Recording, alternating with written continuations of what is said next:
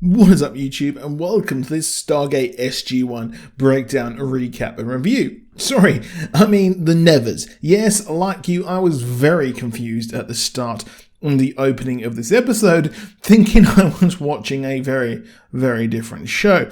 I felt like I was transported back to 2004, watching Claudia Black in SG-1, but no, the Nevers has now played its hand and we finally know what the show is really about in a very, very jarring intro to the mid-season or part 1 finale. There was a hell of a lot of info and knowledge dumped on us. Even at the end, we had a dump of what is going to happen in the future. So with so much info dropping at once, I'm going to forego my usual exact chronological breakdown, but break down this episode into different topics. If you enjoyed the video, then please do drop a like down below and subscribe with notifications on to never miss a video. So Amalia, who the heck is she? Well, we opened with the superb Claudia back here being almost unrecognizable as a soldier in the PDC, having met some fellow soldiers as the world in the future is mired in a civil war. Amalia's real name is actually Molly, and she was a baker and later married a man who is generally awful as opposed to the nice rich man who fancies her.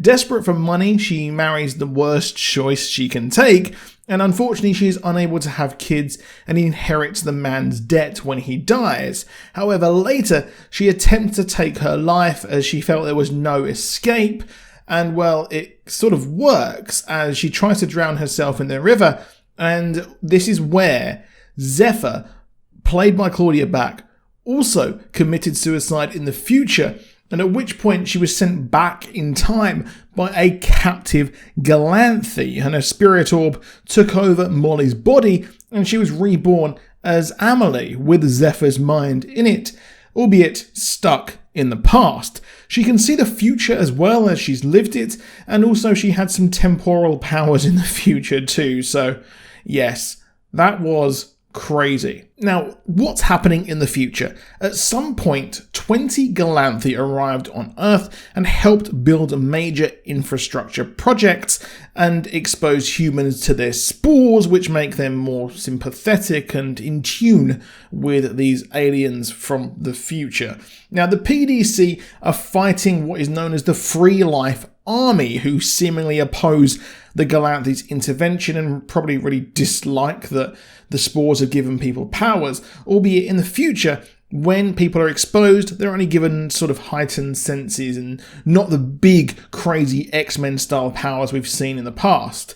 Now, the target of the PDC squad after they've defeated the Free Lifers was actually a building, and Zephyr is treated in this building as we see her touch her thumb, a good indicator that she is actually Amalia before the big reveal. Yeah, absolutely crazy. We learn that the person treating her is a spore, aka someone who is emphatically enhanced and can understand the Galanthie. Oh wait, where have we seen that before? Well, Myrtle and perhaps even Mary to an extent are actually these crazy kind of people. And I think that's really, really interesting there. Now, the soldiers and their prisoner, who is one of the Free Life movement, actually find a Galanthie, and this is it. We learn that the Galanthie are an alien race, if you can call them that. They came through a portal which emit temporal displacement, so they are technically aliens from the future, but I wonder if this is possibly like a next step in human evolution or something crazy. I'm not going to stake my theory on that just yet, but the Free Lifers tried to destroy all these Galanthie projects, but they couldn't destroy this one, so they did something worse. They tortured it and kept it subdued by killing people that it actually cared for. Those are the bodies that we saw.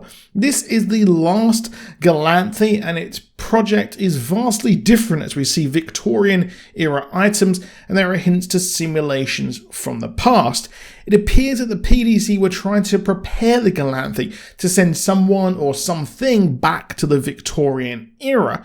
These simulation things, I think, are more than just a red herring, and I think they might hint towards some of what we've seen already so far is actually a simulation, which hey, I've only just understood what happened in the finale. I don't want to get into a simulation and things like that. Now, the Free Lifer actually recruits one of the PDC to stop the portal, except the portal is going one way. It's going right to the past and not trying to bring more of its kind to Earth. Now, with pretty much everyone dead, Zephyr takes her themes, which is an interesting thing from the future, which she was stopped from, and then she actually dies, which a blue aura takes her to the past where she goes to take over Molly's body. Can you see it all kind of coming together here? We then see her time in an asylum, and herein I will be calling Zephyr Amalia. She only learns British etiquette from a woman and even bonds with Sarah, the future Malady, who knows all about the mission. But when the scientist who comes by, who is conducting the experiments, she actually throws Sarah under the bus by implying that it's all in her head, which is of course the source of Malady and Amalia's beef there. Now, we also see the origins of her and Horatio's first origin and her affair, and she has revealed some of her story to him, and later we even see her reveal some of this to Penance too, which gets to the point where I wasn't a fan of the ordering of this. So last week they were like, yes, Galanthie, we've got to find the Galanthie.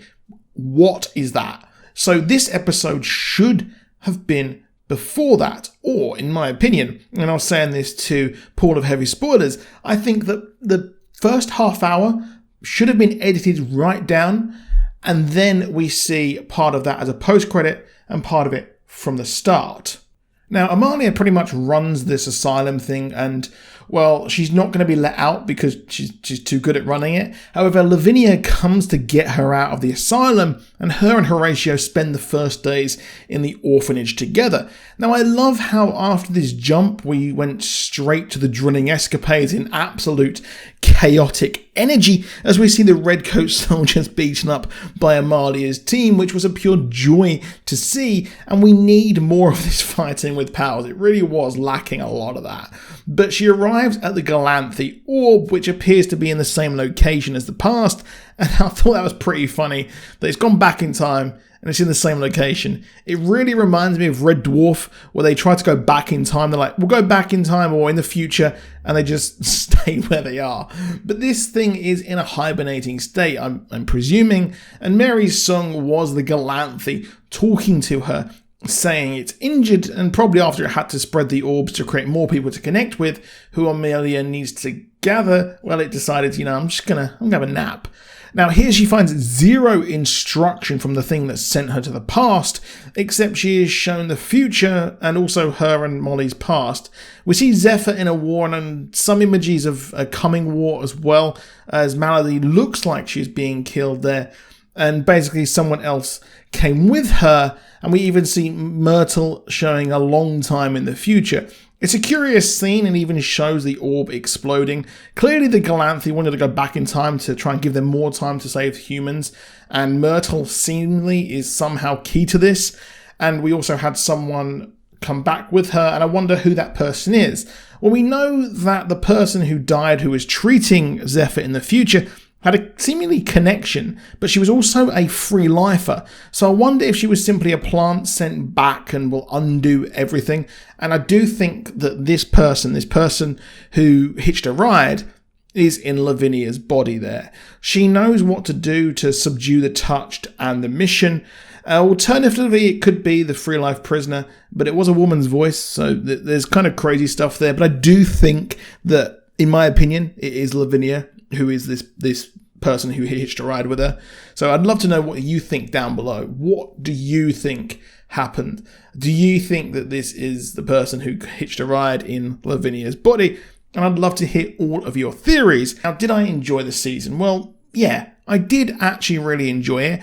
I do think that there was a lot of time spent on stuff that was superfluous, and I think that it would have been a lot more interesting if we had this future episode or part split up in between. I think that the writing was good, but I think that the way it was arranged could have been done a lot better, in my opinion. But nonetheless, it was really fun to see the future here and some kind of a wacky, crazy stuff. But Let me know what all of your thoughts are down below. Please do drop a like if you enjoyed the video, and please do subscribe with notifications on, and I'll see you soon. Goodbye.